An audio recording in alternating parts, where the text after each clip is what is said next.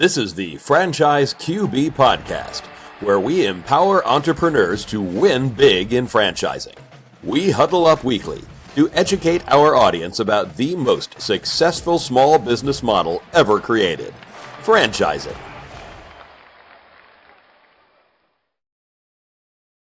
Welcome to the Franchise QB Podcast. I'm your host, Mike Halpern, a 20-year industry veteran and entrepreneur.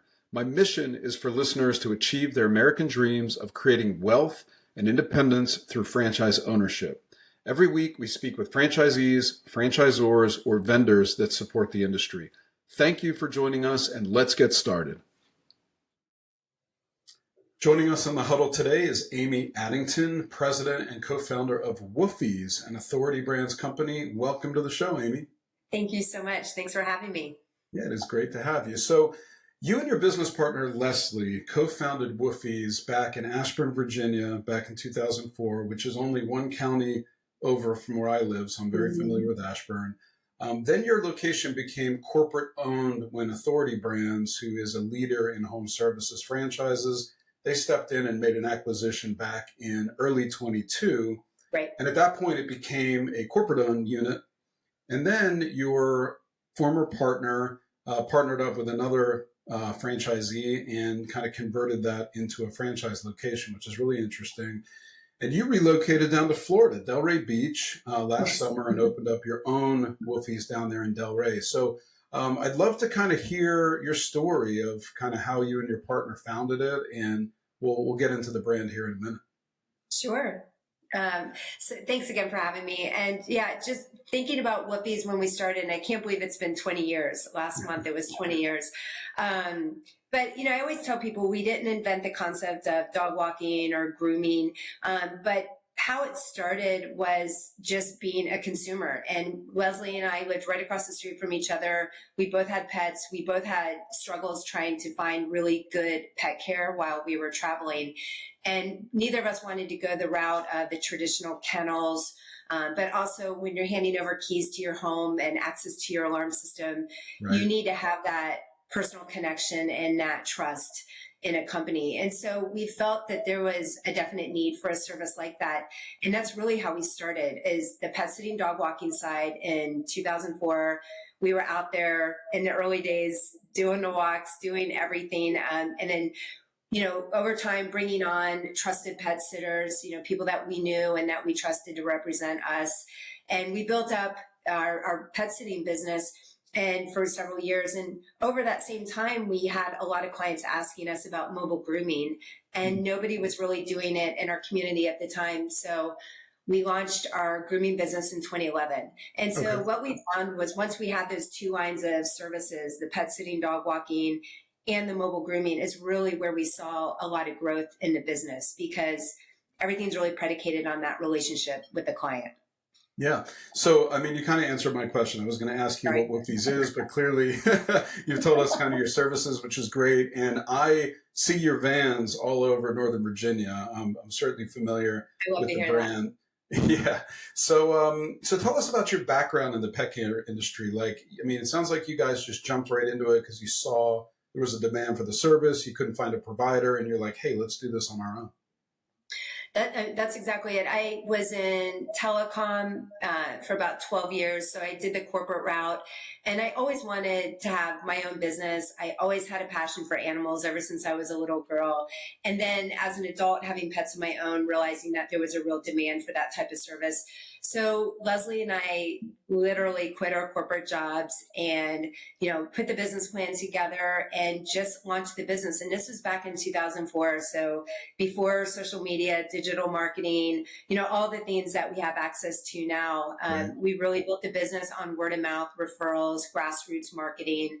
But it was a great time. I always tell the story. Our first day, we literally walked two dogs for $10. So to go from a six-figure corporate job and the stability of corporate to splitting a $10 dog walk was super humbling, but couldn't have been happier to do it. Yeah, those are the humble beginnings. And what's kind of interesting is, like, fast forward to today, and I had a candidate recently looking in the pet care space that lives in Ashburn. And she goes, I want a Woofie's. And I'm like, you can't get a Woofie's because that's their corporate founding location.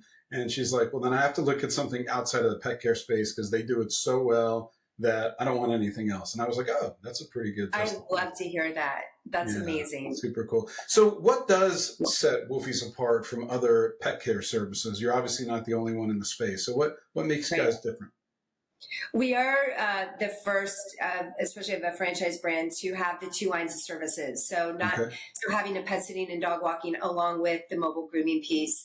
So I think that right there is a big differentiator, because once we establish that relationship and trust with the client, we can layer on the additional services for them. But I would also say just the approach that we take is keeping everything hyper local and highly personalized, because it is such a personal business. We are going into people's homes. We are caring for their pets. Pets are members of the family and very important members of the family. And so, having that one-on-one care, I think is really important, and really that personalization. We really try to match the right sitter with the right pet, or the right groomer with the right pet. And to really make it a great experience for the customer, and also to make sure it's the best experience for the pet, where they're most comfortable. Well, my dog Madison, she's off camera, but she's sleeping next to me, and hopefully she'll behave. She's usually pretty good. We need to get her in the what's that? We need to get her in the mobile pet spa for Woofie's. Yeah, I got to tell you, when I take her to get her nails trimmed, she's a short hair breed, so she doesn't require a ton of grooming per se, but she does not like going to the place to go get her nails trimmed. So I think your service would be reduce a lot of anxiety for the pet and the pet parent, at least in our case. So how does a Woofie's franchise owner generate revenue? You mentioned that there's pet sitting, there's walking, there's grooming. How does that kind of break down? I know it differs from location to location, but overall, what do the revenues look like between those three categories? It does differ. And also, I think part of it depends on the longevity of the location. With the mobile grooming, it's very visible. People see the van's driving around a community. We're doing all of the events. And also with digital ads, with digital marketing, a lot of people are typing in, looking for a mobile groomer. So I think that is usually where clients find us first. But I think over time is where we see the pet sitting really growing, because all of that is based on relationship. It's based on, working with the owners, seeing them out in the community, seeing them at events. Our brand is a very visible brand. That's a very big piece of our culture. And kind of, I think also what makes us unique is, we're out there going to the farmers markets, or doing yappy hours, or going to the shelter to do free baths and grooms for the pets.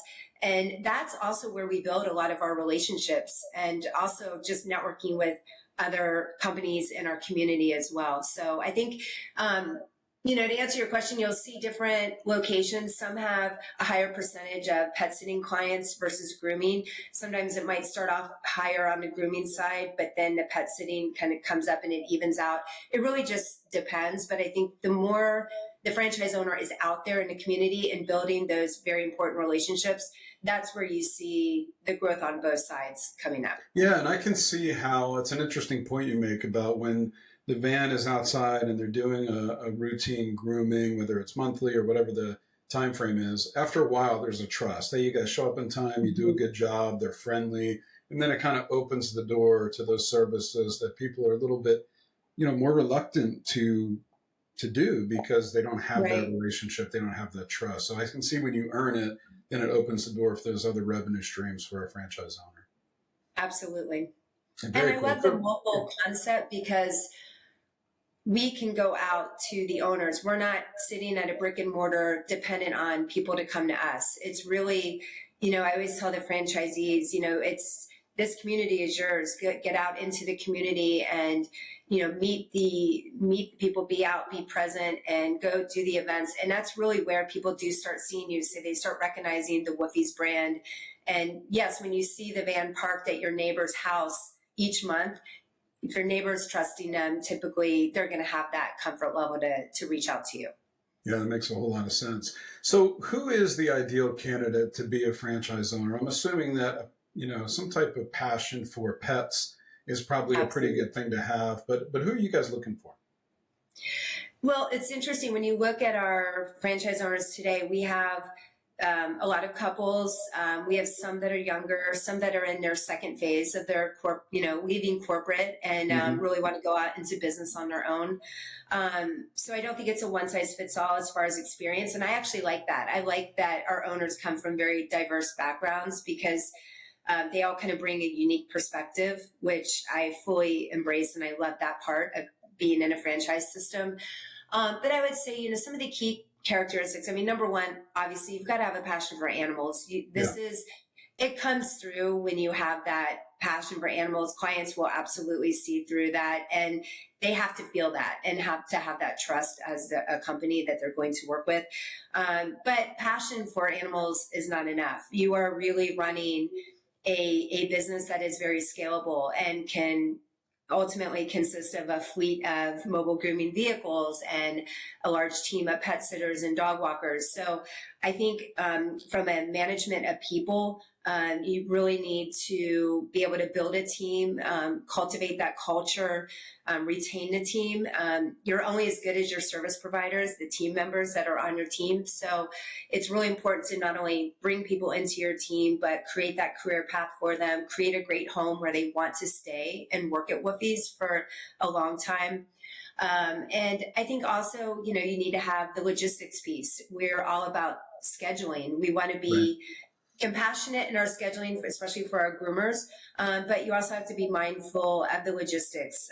The longer the pet sitters are driving, the groomers are driving the van, they're not making money. So we want to be very mindful that we're being very accurate with the scheduling for them, but also taking into account what I talked about earlier is making sure we are teaming up the right sitter or the right groomer with the right client. So it's a good balance between that makes sense. Those two. So you spoke before about like the mobile side being a lot more flexible than just a brick and mortar. What are some of the other benefits of franchising with a mobile grooming franchise like Woofie's? Well, I think, again, going back to the multiple lines of revenue, so not just the mobile grooming, but being able to layer in the pet sitting and dog walking. Also, mobile grooming is a recurring revenue model. We put our clients on what's called a Woof Pack. And so we book them out a year in advance. And that's one of the key benefits of being part of the Woof Pack is having that priority scheduling. Because think about all the pets now, I know Maddie doesn't need, for example, grooms, but doodles are everywhere. There's so many pets out there that do need the ongoing grooming, whether it's every 4 weeks, 5 weeks, 6 weeks. Sure. I have a client in Delray that has an appointment every week, and we have clients like that in our other locations. So, having that recurring revenue model is really important for our franchise owners. Yeah, that's one of the questions I get asked all the time is, let's eliminate anything that doesn't have recurring revenue. And that leaves brands like Woofie's in play, which is great. So tell me about like the total team. Like what's the office look like, the staff, the equipment? What do you guys use to kind of launch a Woofie's franchise? Sure. For our franchise owners, we utilize a CRM system called FranConnect. So that's where we house I'm sure, obviously very familiar, but we have that. We're a resident, so I know that. But where we house, all of the operations manual, but also all of the documents, everything that we can possibly put together, training materials, train the trainer, everything that we have is in FranConnect for the owners. We also have Tortle, which is our LMS system. So again, anything that we can help our owners who need to train their team members, we're constantly adding to that. We do have a CRM system that's customer facing. So we have a great CRM system that our franchise owners are set up with. And that's how they communicate with the clients. They do all of the scheduling. It's their sitter communication portal. It's their invoicing. It's their commissions. So everything's really wrapped up into this CRM system that we use. So we make sure that we give our franchise owners all the tools that they need. From a staffing standpoint, it depends. We have several owners that are digging in as the owner operator from the very beginning, kind of getting their hands on all parts of the business. But obviously, you need to hire your groomer a bather, your pet sitters, your dog walkers. And then, also you start building your back office team to be able to handle the phone calls and emails. So a lot of it kind of depends how involved the owner is from the very beginning. And we always tell them, figure out the parts of the business that you're going to do, and then let's work and figure out the other pieces that you need. For example, social media, our business is very dependent on social media because that's where you get the word of mouth, the referrals. And we have some owners that don't want to touch it. They're not as comfortable dealing with all the social media. And you might have a great pet sitter on your team that is great with social media. That's a great way to bring in a really great pet sitter, have them work for you, but they could also play another role within your company and handle a piece of the daily operations that maybe you can't or don't want to do. Okay. Well, correct me if I'm wrong, but it sounds like you are open to both the owner-operator model as well as the GM model, because I know when you relocated after 20 years of running your shop up in Ashburn, you launched the one down in Delray, but you also have the role as brand president, so you can't be in there day in and day out running the business. So you have a GM model at your location, correct? Absolutely. And that was the only way I could do it. I mean, especially with the growth that we have as the franchisor, and that is 1,000% priority. I was able and very fortunate to bring on a really strong general manager. And then we also are bringing on a part-time admin, and then she's hiring, the groomers and managing the groomers and the pet sitters and dog walkers. So the two models work. You just have to understand, what is needed, especially from a capital standpoint and time standpoint. And so we work with our owners on that. Very cool. So what are some of the innovations or strategies that you're implementing to kind of enhance franchise operations?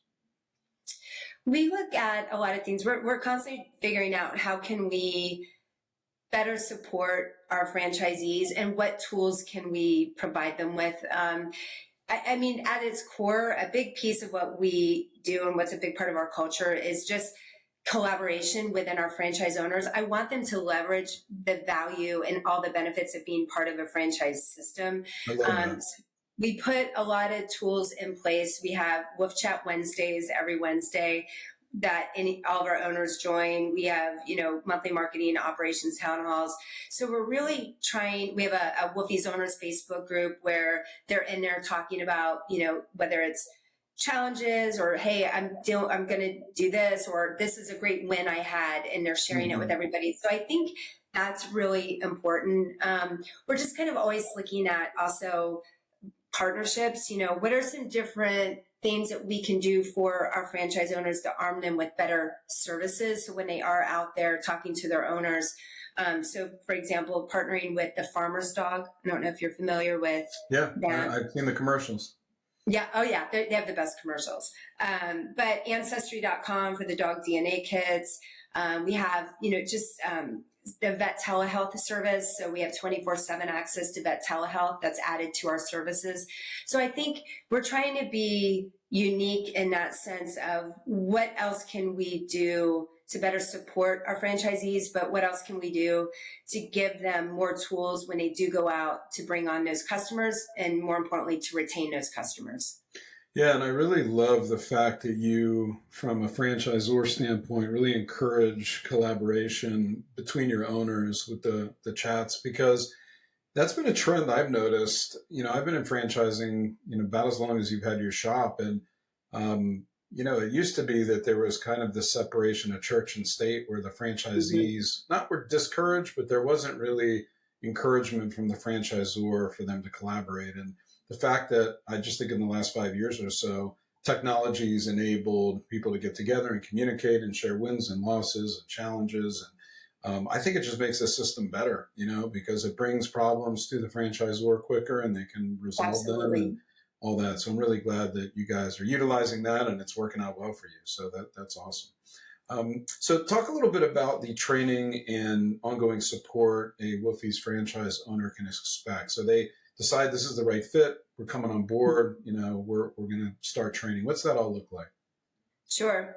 When somebody does come on board, the first thing we'll do is go through our onboarding process. We've got about 100 items to go through and make sure that kind of dotting all the I's, crossing all the T's, getting all their license, insurance, all that stuff. Midway through the onboarding process, they start the 4-week virtual pre-training. It's 2 sessions a week.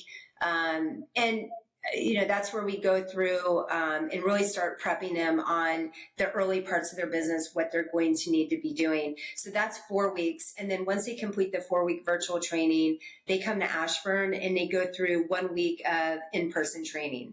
And really, I really love this piece because everything is very hands-on. We're getting their hands on the CRM system, going through real life scenarios, looking at the day-to-day operations. We do a train-to-trainer, how to train your pet sitters.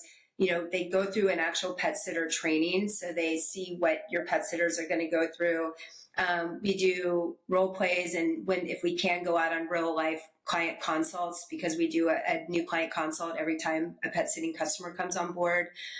We have them work with a groomer and spend time and actually go through the entire grooming process with some pets, because that's really important for them. They're going to be hiring groomers and bringing them onto their team. We're not asking our owners to be groomers, but they need to understand groomers, and they need to understand what a grooming process looks like from a scheduling standpoint, from a management standpoint. They also go through a pet first aid CPR training. So they go, which everybody loves. They always say it's very eye-opening. So we try to keep it as very hands-on as possible when they come in, because we recognize they're taking a week away from their family. That's an expense they're incurring. We want to make sure it's fully a great use of their time. But to me, the real training especially starts post the in-person. And that's where we have typically 9 weeks, but it could be more. We'll do weekly calls and weekly training sessions as long as our owners need. And that's where we really focus on where they are in their business. Week 1 after the in-person training, they might be typically are heavily focused on starting to hire their first round of pet sitters and groomers. So maybe we focus quite a bit on the recruiting piece and the onboarding of new employees. But as each week goes by, maybe they're starting to do their new customer consults, or they do their first payroll run, they do their first invoicing to their clients. So we work with them every step of the way as they go through their business. I know when we first started years ago, we used to do a full 2-week training in person, and we just that's a lot. Everything to them. And it just, we after the first time, we realized it's too much. You're trying to throw so much at them, and they don't need to know how to invoice customers before they've even started hiring a pet sitter. So right, because it's out of context for them because they haven't done it yet. And the fact that you have these online tools to get them prepped to really leverage the time that they're spending with you in person, I think that's probably a good 1-2 punch. Yeah, absolutely. Very cool. Training's ongoing. I mean, we do, even our Woof Chat Wednesdays, there's always a different topic every week. But we really want to consider the support ongoing, and at the risk of sounding corny, but we do look at it as a partnership. You really have to have that mindset if you're going to be a responsible franchisor. And we owe that to our owners. We really do. So yeah, that's great. And that's awesome that comes from the top. So what are your thoughts on the industry, trends that you're seeing 2025 and beyond? I mean, you're seeing that there's more demand for the service. What are your thoughts on that? Yeah, I mean, the pet industry is so interesting because it's just growing year after year, even going through COVID and going, when you look at the pet industry and, I know the pet sitting companies had some struggles early on, obviously during COVID, but that's also where we saw massive growth with the mobile grooming piece. And I think we're just going to continue seeing the growth. I mean, pets are members of the family. We always talk about it's the ongoing humanization of our pets. I mean, I'm down here in Delray. When you see a stroller, it's a little Yorkie or a little dog. They're here in Chantilly too. Right. Yeah. And so, you see a lot of growth in all sectors of the pet industry, from food, from the veterinarian side, the services side, the product side. So I don't see that changing. If anything, I just see constant growth. So I'm very, very excited about that. I think also, I think there's more of a focus on the ongoing health and well-being of pets and how important that is. So grooming, for example, I think we see a lot of growth in grooming, not only because almost everyone's a doodle these days, but grooming isn't just to make a dog look cute and smell pretty and put some bows in her hair. It really is for their ongoing health and wellness. So I think we'll continue seeing a growth, definitely on that. And I think you also see another trend of more of that one-on-one and kind of getting away sometimes from the big box or from those brick and mortars, because pets are so incredibly important, and every these pets have very unique needs. And even after COVID, a lot of these pets have been with their owners 24/7. And now we're seeing a trend of people having to go back into the workforce. And so either business owners need to get on board and let the pets come into the workspace, or there's more of a need, to take care of their pets while the owners are going back to work.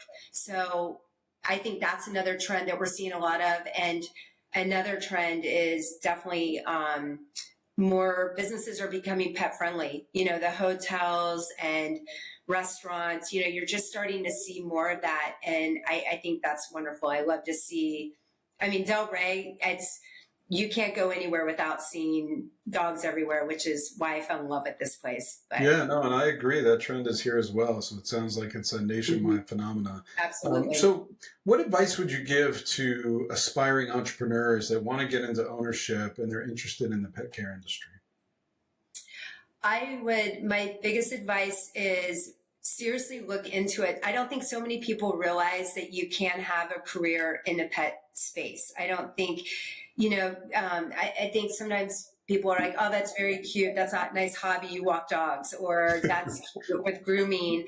And it's an incredible business to get into. So find a good mentor, find people that will work with you and to help you build your business. I was very fortunate. I had so many incredible mentors when we started franchising, and that was so important for me. And it made such a big difference. But I think back to like 2004, when Leslie and I quit our corporate jobs and started Woofie's, so many people, our neighbors, thought we were crazy. And they just, and if we had let that really get to us, maybe we wouldn't have done Woofie's. So I would say truly explore that as an option and find some really great people to work with you, because there are great people out there that will mentor you. That's really good advice. So going back to the business of starting a Woofie's, what does it cost to start a Woofie's franchise? Like the cost to lease the vans, wrap them, like hire your staff, franchise fees, like all the whole kit and caboodle. What's the ballpark we're looking at? Yeah, we have the initial investment. It ranges from 160 to about 275. A bulk of that is, going to be your mobile grooming van, which there are great options, that you can look at for financing it. We work with an amazing company, Wagon Tails, that is the top company in the industry for producing the mobile grooming vans, and they're turnkey. So everything from financing to building it out to wrapping it for you. So they're an amazing partner. But some of it also, we have that range for the initial investment. Part of it depends. Are you, the owner, going to put into sweat equity in the early days, or are you going to hire a GM?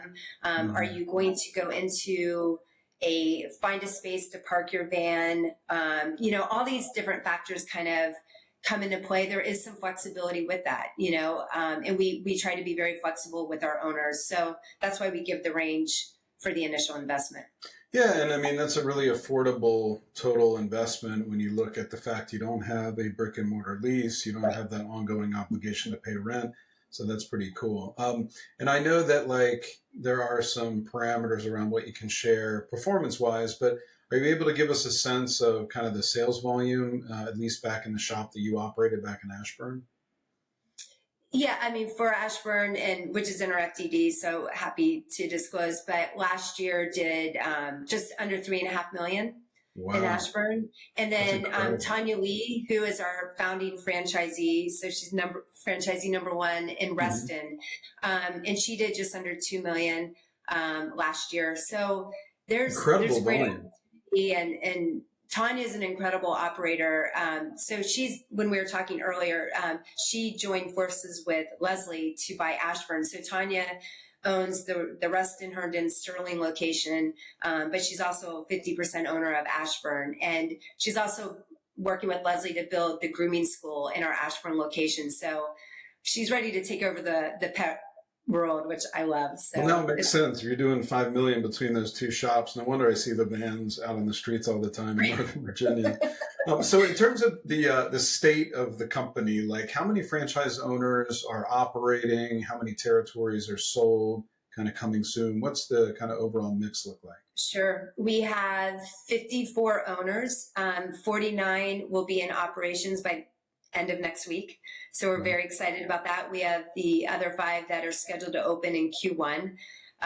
So we're very excited about that. Territory wise, it's, I think, around 92 right now, and we're in 26 states. So, just in the last couple of years alone, ever since we've been part of Authority Brands, it's been really amazing growth. And I always tell people it never gets old to me when I go to a new city and I see a Woofie's van driving around. It's pretty exciting. I can remember that day we started in September 2004 like it was yesterday. So I'm very honored, like seeing the caliber of owners that we have in our network and just seeing the growth. It's been very exciting the last couple of years. Yeah, I can just see that and I hear it in your voice, and it's just really great that you've had so much success. And this is like, it took 20 years of kind of perfecting the model, and then you take it to market. And it's just, obviously people are really receptive to it because you've got it figured out. So this has been great, Amy. Anything else you want to add to the mix before we wrap up today?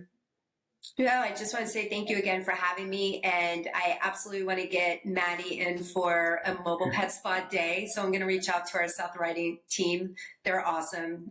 They've been with us. That'd be great. Well, thank you so much for that opportunity. And if anyone listening would like to connect with Amy to learn more about becoming a Woofie's franchise owner, contact me at FranchiseQB or on X at QBFranchiseQB. I'll get you connected with her. Thank you so much, Amy, for taking the time to get in the huddle and discuss Woofie's with us today. Thank you so much. All right. Thank you for listening to the Franchise QB podcast, where you're at the helm of your future as a franchise owner. If you enjoyed the content, please rate the show and recommend it to anyone that might be interested in franchising. Make sure to visit franchiseqb.com to subscribe to my newsletter and for an actionable playbook to go from walk-on to legend in your new business. Follow us on Twitter at QBFranchiseQB and join us every week for a new episode. See you next time. Visit franchiseqb.com to take the next step of your journey towards wealth, independence, and franchise ownership. And remember, when working for the man gets old, you must do something bold. Thank you for listening.